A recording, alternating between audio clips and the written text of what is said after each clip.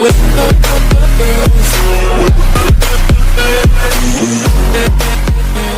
Family কেমন আছে তোমরা সবাই? আশা করছি তোমরা সবাই খুব ভালো আছো, আমরা খুব ভালো আছি। গুড মর্নিং জানিয়ে চলো একটা নতুন ব্লগ শুরু করা যাক। ব্লগটা দেখতে থাকা না আমার সাথে থাকো। তো চলো ব্লগটা শুরু করা যাক। সকালবেলা উঠে আমার ডিউটি আমি পালন করছি অনেক অনেস্টের সাথে। এখানে চা করে রেখে দিয়েছি, এখানে আছে ভাত বসিয়েছি, এখানে আছে মামের গরম জল তোলা রয়েছে, আর মামের মামুখানে আবার হাতে হাতে সবকিছু গুছিয়ে দিচ্ছে। আর যারা ঘুমাচ্ছে তাদের এখন একটুখানি ডাক দিই, যদি ওঠে হবে না। মানু তুমি বড় মানুষ হয়ে তুমি বদমাইশি করো সবসময়। ওঠো আগে ওঠো। পাপা গুড মর্নিং। আমি কিছু বলবো না, যখন পারে তখন উঠুক, দেখি কখন ওঠে। আর যদি পড়াশোনা করতে লেট হয়ে যায় তখন আমি ওর পাপাকে ধরে বকবো। আমি এখন ঢাকা হয়ে গেছে, এবার যদি ওঠো ওঠো না ওঠো না ওঠো, এবার কিন্তু আমি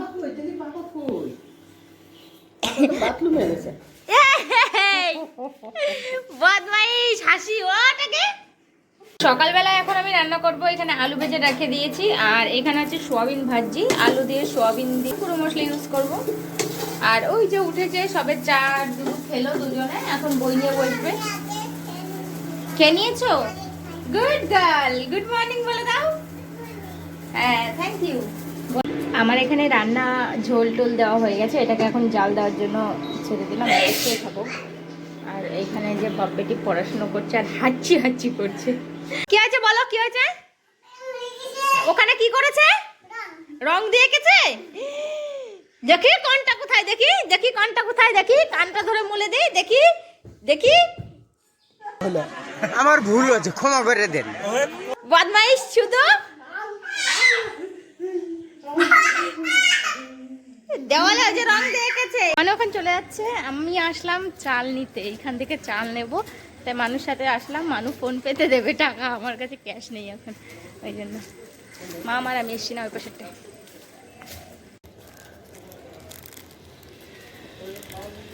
এখন আমরা একটুখানি বসে বসে রেস্ট করছিলাম, অনেক কাজ করে নিলাম, এর মধ্যে অনেক কিছু হয়ে গেল। তো এখন ভাবলাম দুপুরবেলা অবশ্যই চালটা, আমাকে কালো টিপ পরে কেমন যেন একটা ইয়ো মেমে লাগছে না। যাই হোক, এখন ফ্রাইড রাইস আর আলুর দম হবে। এখন সব সবজি টবজিগুলো ওই যে কাটতে হবে, ওইগুলো ওখানে দিদিকে বললাম তুই রেখে দে, আমি কাটবো, আগের দিন তুই বড় করে ফেলেছিলিস। আর আলুর দমের জন্য আলু কেটে রেখে দিল।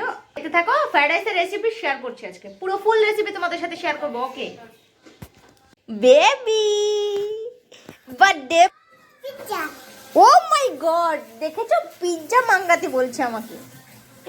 এই দাদাটা পেঁয়াজ রসুন নিয়ে আসলে এনার কাছে একদমই কম দামে, বাজারে যদি 60 টাকা করে বিক্রি হয় এনি 50 টাকা করে কিলো দেয়। সেই জন্য ফ্রাইড রাইস করার জন্য আসল যে জিনিসগুলো আমাদের দরকার সেগুলো হচ্ছে ভেজিটেবল। এখানে আমি বিনস রেখেছি, গাজর রেখেছি, ক্যাপসিকাম, তাই এটা ফুলকপি, আর এখানে রয়েছে টমেটো কুচি, আর এটা হচ্ছে ধনেপাতা কুচি। এটা কাঁচা টমেটো, আজকে আমি তরকারিতে কাঁচা টমেটো দেবো। তরকারি করার জন্য মানে আলুর দম করার জন্য এখানে পেঁয়াজ গ্রেট করে রাখা আছে, এখানে রসুন গ্রেট করে, এখানে আদা গ্রেট করে রাখা আছে।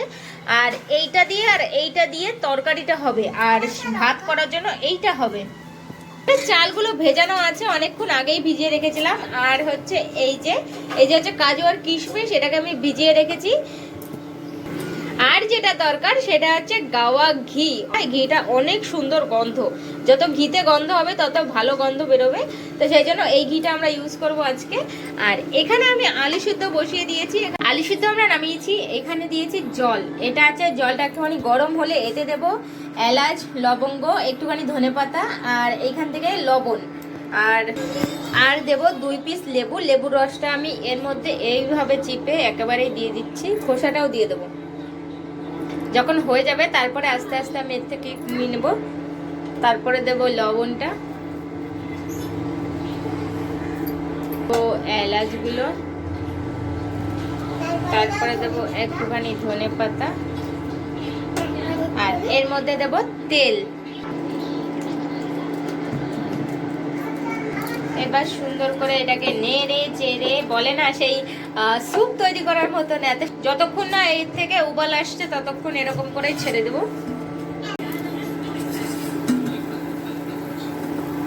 জলে সুন্দর করে উবুল এসে গেছে, এইবার আমি এর মধ্যে দিয়ে দেবো ভিজিয়ে রাখা যে চালগুলো ছিল সেই চালগুলো। ऐसा क्यों होता है मेरे साथ? এবার এটা এর মতন হতে থাকুক, একটুখানি হয়ে যাবে, যেই 70-80% মতন আমি এটাকে সিদ্ধ করব, তারপরে বাদবাকিটা কড়াইতে 20% মতো কড়াইতে এমনি ভাজলে হয়ে যাবে। বলো বলো কি হয়েছে, বলো বলো তো কি হয়েছে। ভাত খাবো, তা ভাতটা হবে তারপরে তো, নাকি সকালের ভাত আছে খাবে?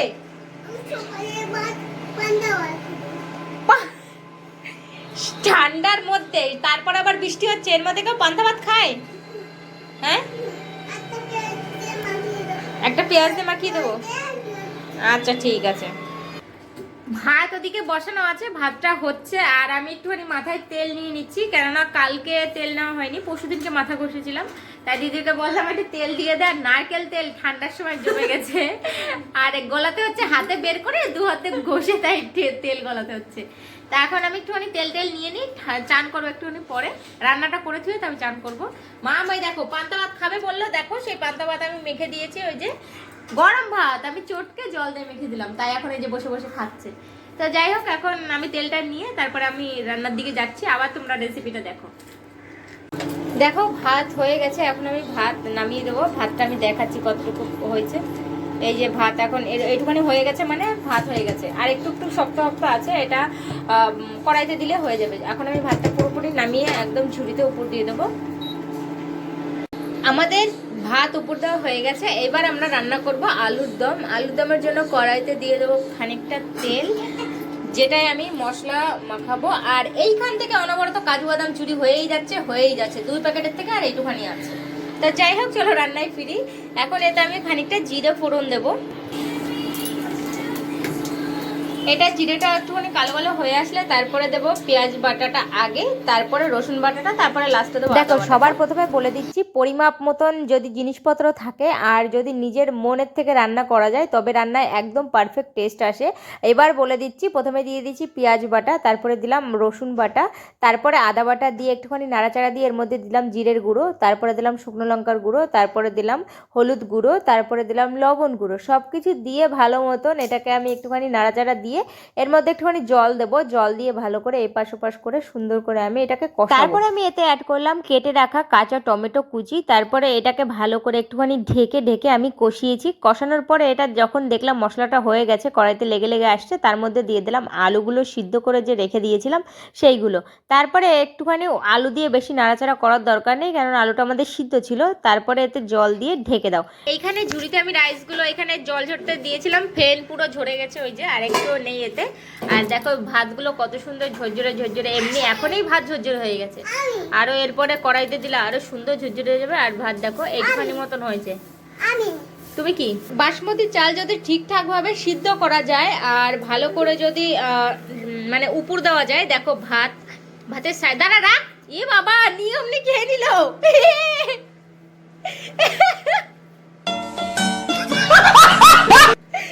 তা যাই হোক, ভাতের সাইজ গুলো এরকম সুন্দর আসে, একটা ভাতও ভাঙে না।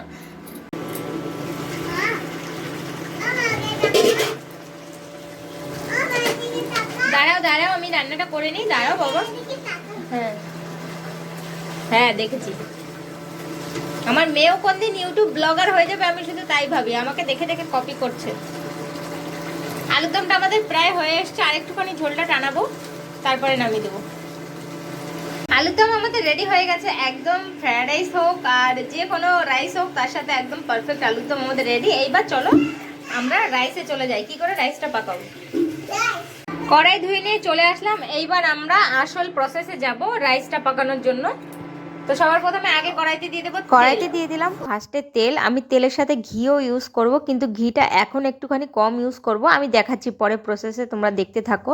তো এখানে আমি তেলের সাথে হালকা ঘি ইউজ করলাম, সবজিগুলো আমি এই তেলে ভাজবো। আর ঘিটা তেলের সাথে ভালো করে মিলে তেলের মধ্যে দিয়ে দেবো কাজু আর কিশমিশগুলো আমি ভিজিয়ে রেখেছিলাম, সেগুলো হালকা করে ভেজে আমি তুলে রাখবো সবার প্রথমে। তারপরে দিয়ে দেবো কড়াইতে 2টো কাঁচা লঙ্কা, এই দুটো আমি আমার ঝালের টেস্ট অনুযায়ী দিচ্ছি, এটা না দিলেও কোনো ব্যাপার না। তারপরে দিয়ে দিলাম ফুলকপি। ফুলকপিগুলো একটুখানি আগে ভালো করে ভেজে নিতে হবে, কেননা এটার থেকে একটুখানি কাঁচা কাঁচা কেমন একটা গন্ধ বেরোবে, যেটা এই ভেজিটেবলগুলোর থেকে বেরোলেও সেটা নেওয়া যাবে, বাট ফুলকপির থেকে বেরোলে সেটা ভালো লাগবে না। সেই জন্য তার মধ্যে আমি দিয়ে দিলাম ক্যাপসিকামটা বাদ দিয়ে বাকি যে সবজিগুলো ছিল সেই সবজিগুলো আমি আগে দিয়েছি। এগুলো একটুখানি ঢেকে ঢেকে আমি ভেজে নিলাম, তারপরে দিয়ে দিলাম ক্যাপসিকাম। এবার ক্যাপসিকাম দিয়ে আর একটুখানি ঢেকে ঢেকে ভালো করে ভেজে নেব, নাড়িয়ে চাড়িয়ে, যাতে পুরো সবজিগুলো ভালোভাবে পেকে যায়। এবার এর মধ্যে আমি অ্যাড করব লবণ, যেটা আমি সবজিতে কোনো মানে আগে দিইনি। এবার আমি লবণটা দিলাম, তারপরে দিলাম একটুখানি চিনি, আর এতে দেবো একটুখানি গোলমরিচের গুঁড়ো, যাতে ভাতের ফ্লেভারটা একদম একটু চাইনিজ চাইনিজ ফ্লেভার আসে। আর চাইনিজ ফ্লেভার আনার জন্য সবার আগে মাস্ট প্রয়োজন রসুন আর গোলমরিচ। গোলমরিচটা মাস্ট দিতেই হবে, যদি না দাও টেস্টটা সেরকম ভালো আসবে না, আর ফ্লেভারটাও সেরকম বুঝতে পারবে না। তো এটা আমি কথা বলতে বলতে ভালো করে চিনিটা গলা পর্যন্ত ওয়েট করছি। এর থেকে আমি হালকা কিছুটা সবজি নামিয়ে রাখবো। আমি দুবারে করব ফ্রাইড রাইসটা, কেননা আমার কড়াইটা ছোট, সেই জন্য ধরবে না এতে। তো প্রথমে আমি সবজি নামিয়ে রেখে দিয়ে দিলাম এর মধ্যে রাইস। রাইস যতটা পরিমাণে ধরবে আমি সেই আন্দাজ করে সবজি দিয়েছি, তারপরে যদি দরকার পড়ে উপর থেকে কটা সবজি আমি অ্যাড করে দেবো। এবার আমি কিছুটা নাড়বো আর তলের সবজিগুলো উপরে আনবো, তারপরে আবার রাইস দেবো। কেননা একবারে যদি আমি রাইস দিই তাহলে তলের সবজিগুলো পড়ে গেলে তাহলে আমি আর তুলতে পারবো না, অসুবিধা হয়ে যাবে, আমার কড়াই ছোট সেই জন্য। তো যাই হোক, এইভাবে তোমরা আস্তে আস্তে কড়াইয়ের মধ্যে দিয়ে, আর যখন রাইসটা দেবে তখন চেষ্টা করবে জালটা একদমই কমিয়ে রাখার, যাতে তলা দিয়ে না লেগে যায়। আর এগুলো সব কিছু দেওয়ার পরে ভালো করে মিক্স করে তারপরে লাস্টে একটুখানি নর্মাল আঁচে এটাকে রেখে দিতে হবে। এর মধ্যে আমি এইবার অ্যাড করব ঘি, কাঁচা ঘি এর উপর থেকে ছড়িয়ে দিয়ে ভালো করে একটু বেশি পরিমাণে ঘি দিয়ে তারপরে এটাকে আমি ঢেকে রেখে দেবো 5 মিনিটের। 5 মিনিট লাগবে না, 2 থেকে 3 মিনিট ঢাকলেও হবে।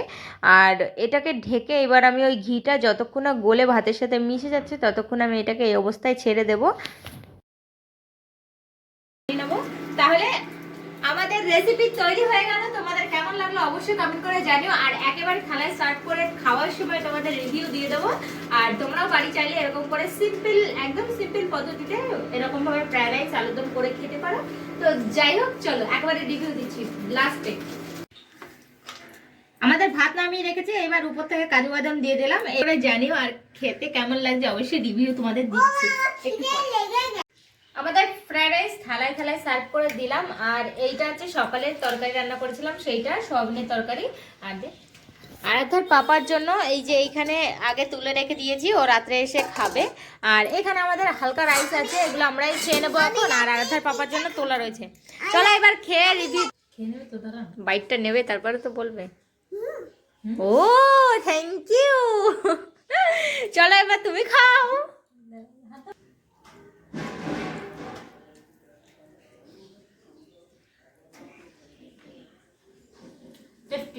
টেস্টি, গালে দেওয়ার আগে, খাওয়ার আগে, চাওয়ানোর আগে টেস্টি। आंखें देखो नियत में खोट सा। বন্ধুরা, তোমরাও বাড়িতে তৈরি করে রান্না করে খাওয়া দাওয়া করার পরে আমাকে কমেন্ট বক্সে এসে জানিও কেমন হয়েছে তোমাদের। আর যারা আমার চ্যানেলে নতুন আছো তারা অবশ্যই চ্যানেলটা সাবস্ক্রাইব করে নিও নতুন নতুন ভিডিও দেখার জন্য। তো বাই বাই বন্ধুরা, দেখা হচ্ছে নেক্সট ব্লগ।